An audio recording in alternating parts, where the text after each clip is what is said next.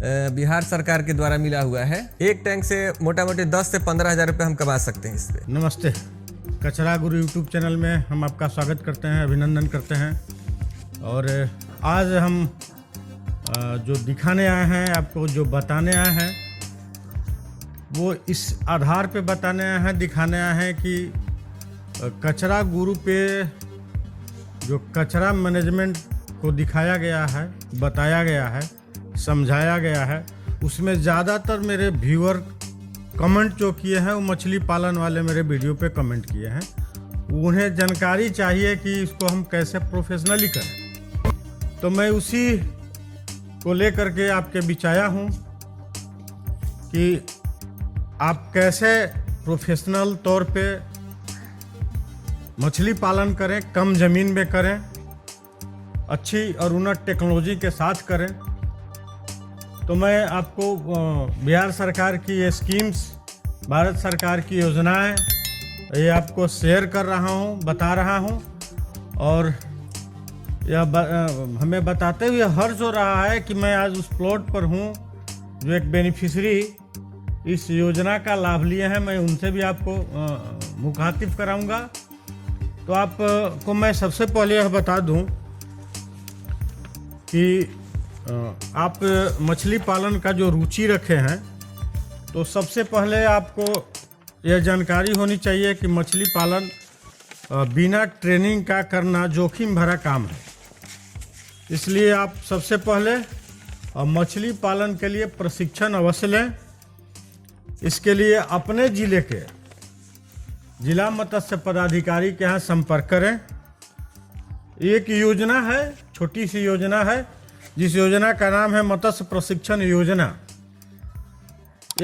इसमें दो तरह का चीज़ है। एक तो एक्सपोजर विजिट है, 2 दिवसीय भ्रमण दर्शन। इस योजना में है क्या कि जो किसान अपने खेतों पे कहीं मछली पालन कर रहे हैं, हैचरी कर रहे हैं, तो किसानों को वहाँ विजिट कराया जाता है, दिखाया जाता है, ताकि उनका एक्सपोजर हो। दूसरी बड़ी योजना है राज्य के अंदर का 6 दिवसीय आवासीय प्रशिक्षण है। मतलब आप जिस राज्य से हैं, जैसे मैं बिहार से हूँ, तो बिहार के अंदर 6 दिवसीय आवासीय प्रशिक्षण की योजना है, जिसमें हम लोग प्रशिक्षण लेते हैं और प्रशिक्षण लेने के बाद आगे काम करते हैं। और तीसरी योजना है थोड़ा सा और उन्नत टेक्नोलॉजी का ट्रेनिंग के लिए राज्य के बाहर 6 दिवसीय आवासीय प्रशिक्षण। इसमें और थोड़ा सा उन्नत टेक्नोलॉजी, हैचरी का, ऑर्नामेंटल फिश का, बहुत सारा अलग अलग चीज़ों पे ट्रेनिंग का एक राज्य के बाहर रिसर्च इंस्टीट्यूटों में जो मत्स्य से संबंधित है, वहाँ प्रशिक्षण की सरकार की योजना है। उसके बाद आपकी एक योजना है मत्स्य पालन के लिए किसान क्रेडिट कार्ड योजना। ये 2 योजनाएं बिहार सरकार की योजनाएं हैं। उसके बाद आपको पशुपालन एवं मत्स्य संसाधन विभाग बिहार सरकार और प्रधानमंत्री मत्स्य संपदा योजना के विभिन्न और भी योजनाएं हैं, जो मोटा मोटी 38 योजनाएं हैं। तो मैं 38 योजना की चर्चा तो नहीं कर सकता हूं आपको, लेकिन बहुत कम समय में सब कुछ आपको बताना है। तो मैं जो आज यहाँ आया हूँ, यह योजना प्रधानमंत्री मत्स्य संपदा योजना के तहत आता है, जिसको कि आप देख रहे हैं, जिससे रूबरू हो रहे हैं। यह मत्स्य पालन हेतु लघु बायोफ्लॉक अधिष्ठापन योजना है। इसमें 5000 वर्ग फीट में यह सेट किया हुआ है, जिसमें 7.5 लाख रुपया कुल बजट है और 3 लाख रुपया इस योजना में सरकार का अनुदान राशि है। तो आज हम इस योजना को देख रहे हैं। इस तरह का अलग अलग बायोफ्लॉक पे योजना सरकार की है। बायोफ्लॉक योजना में जो आप देखेंगे, उसमें है मत्स्य पालन हेतु मध्यम बायोफ्लॉक का अधिष्ठापन, 4 मीटर व्यास का 25 टैंक। इसमें 25 लाख रुपया तक की योजना है जिसमें 10 लाख तक अनुदान है। उसके बाद मत्स्य पालन हेतु बृहद बायोफ्लॉक का अधिष्ठापन 4 मीटर व्यास का 50 टैंक की योजना है जिसमें 50 लाख रुपए का ऋण है और 20 लाख रुपए का सब्सिडी है। तो यह योजना है सरकार का जिसको कि आप बढ़िया से कर सकते हैं, आप स्वरोजगार कर सकते हैं। तो मैं जो आपको आज मिलाने जा रहा हूँ और इस योजना के लाभुक जो हमारे बीच हैं, जिनके यहाँ मैं आया हूँ और आपके बार बार निवेदन पर कमेंट पे आपको योजना के लाभुक से मिला रहा हूँ और आपको टेक्नोलॉजी ट्रांसफ़र करेंगे। इससे कितना उन्हें बेनिफिट हो रहा है, कैसे स्वरोजगार को आगे बढ़ा रहे हैं, आप इनसे मिलिए। और ये हमारे हैं, खुद अपना नाम बताएंगे और आपसे मुखातिब होंगे। मेरा नाम अमृतेश कुमार सिंह है। ये मेरा बायोफ्लॉक आरा बाजार समिति के पास न्यू सिंह कॉलोनी में है। तो अमृतेश जी, आप हमारे कचरा गुरु से जुड़े हुए जितने भी दर्शक हैं उनको है बताइए कि आप योजना कब लिए थे, कितना सब्सिडी मिला, क्या प्रक्रिया है। अगर आप बताएंगे तो सारे लोगों को अच्छी सी जानकारी आएगी और स्पष्ट समझ बनेगा। ये योजना हमने 21 में ली है, 21 के शुरू में, और जो 20 के लास्ट में तक चली है, लगभग 1 साल ये योजना का मतलब हुआ है। और ये 2 टाइम में पैसे मिलते हैं अप्लाई करने के बाद। फर्स्ट टाइम जब जो वर्क ऑर्डर मिलता है उसके साथ पैसा आता है, और दूसरा मत्स्य सब जब पूरा मतलब बेचने लायक हो जाता है, इसके बाद वो सेकंड पैसा आता है। और ये बिहार सरकार के द्वारा मिला हुआ है। योजना मत्स्य संपदा, प्रधानमंत्री मत्स्य संपदा योजना का है या और कोई योजना? नहीं, ये बिहार सरकार का है, प्रधानमंत्री वाला नहीं है ये। अच्छा, ये बिहार सरकार का योजना है मत्स्य संपदा। तो आइए आप अपने बायोफ्लॉक में कौन कौन सा मछली रखे हैं और उसको जरा सा ये दिखाइए, और क्यों टैंक खाली है यह भी आप बताइए कि अभी टैंक खाली क्यों है। अभी सब मछली बिक चुका है। ये लास्ट ठंडा का मौसम आ गया है, तो ठंडा में प्यासी इसमें मरने लगती है।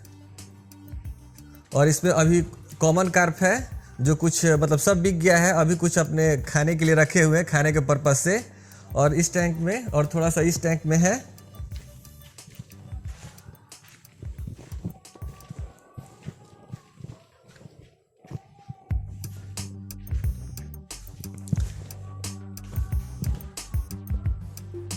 इस टैंक में रेहू है, वो भी थोड़ा ही मात्रा खाने के लिए पर्पज से रखा हुआ है, बाकी जो है सब बिक चुका है। ऐसे इसको इस ठंडा में भी रख सकते हैं, लेकिन ठंडा में ग्रोथ इसका कम है, इसकी वजह से सब निकाल चुके हैं।